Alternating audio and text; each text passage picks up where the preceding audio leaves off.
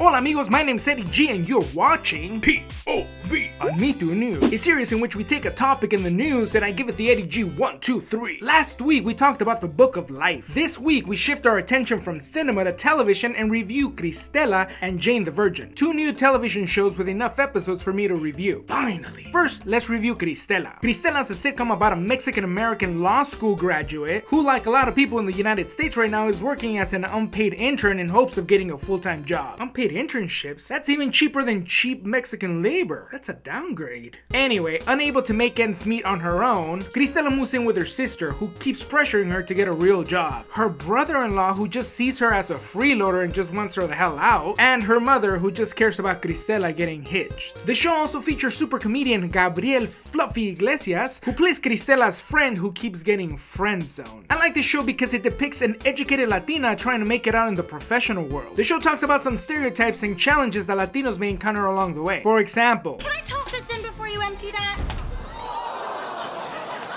Oh my god, I am so sorry. Obviously you're not the cleaning crew. Can you validate me?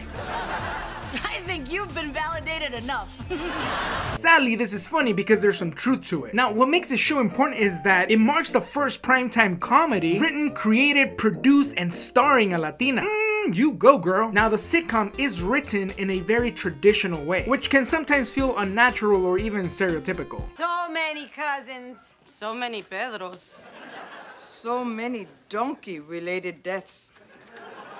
Now, the opposite can be said about Fluffy's role, which is disappointingly subdued. I mean, I wish she played a more prominent role, kind of like Urkel in Family Matters, but I know that's risky and it kind of takes the attention from Cristela, yada yada yada. Got it. Overall, I give this show 3.5 out of 5 frijoles. I say put the gas on Fluffy, tap the brakes on the over-the-top writing, and you got yourself a hit. Second, we review Jane the Virgin. Jane the Virgin is a series about Jane Villanueva, a 23-year-old Latina who makes a vow to her grandma to save her virginity until she's married. Jane is a very driven young woman who is on her way to becoming a teacher or a writer, but everything goes sideways when a doctor accidentally inseminates her during a checkup. Ooh, wait, that sounded wrong. Anyway, whatever, she gets pregnant. What follows can only be described as telenovela drama. Eduardo, Maria, Eduardo, Maria. A bit over the top. Not only had she just gotten engaged to her longtime boyfriend of 2 years, but the biological donor just so happened to have been her teenage crush, who is now a married man, as well as a cancer survivor whose last chance at having an offspring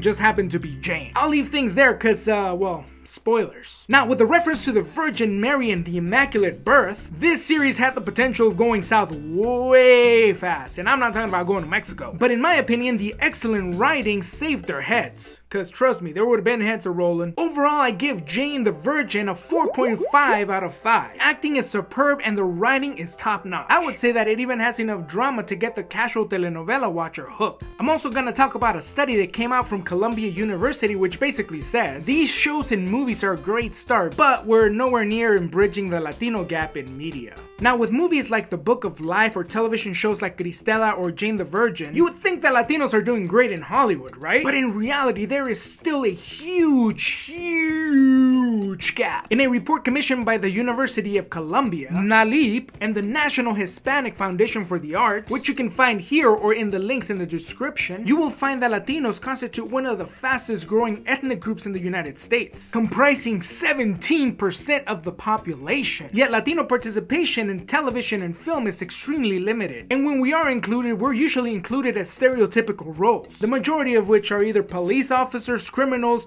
or Sofia Vergara. Not only are these stereotypes bad, but they don't accurately represent reality. Check this, in the top 10 scripted shows, Latinos only made up 3.9% of all lead appearances. In movies, that figure was even worse at 1.7%. This despite the fact that Latinos account for 25% of all movie ticket sales. Simply put, the people on the screen don't look like the people in the audiences. And that's just on screen. Latinos are missing behind the scenes too. And I don't mean cleaning crews or grips or any of that stuff. I'm talking about directors, writers, and producers. Okay, Debbie Downer, is that it? All bad news? No, actually, the report also goes into ways that we can change these facts, such as advocacy or using our consumer power to change these trends. Basically meaning, if you don't like something, show them with your wallet. The study also talks about how YouTube is changing the landscape, pointing out that 18% of the top 50 YouTubers happen to be Latino. Again, when you take into account that Latinos make up 17% of the US population, it seems that YouTube is onto something. One of the great things about platforms like YouTube is that they allow people like me to to create content for you without the permission of the traditional model. Personally, I'm glad that Latinos are getting a shot at traditional media entertainment, but what I'm really excited for is the stuff that's yet to come from people like you and me out of YouTube. I think the next Latino superstar may not come from traditional media. The next Latino superstar may come from the internet. Dun dun dun. But anyway, that's just my POV. What do you think? How many frijoles would you give Cristela and Jane the Virgin? This will be the last POV in a little while, but we'll be back with a lot more programming. So make sure you like our Facebook page and subscribe on YouTube so you don't miss a thing. Till next time, my name's Eddie G. You've been watching POV, and I'll see ya soon.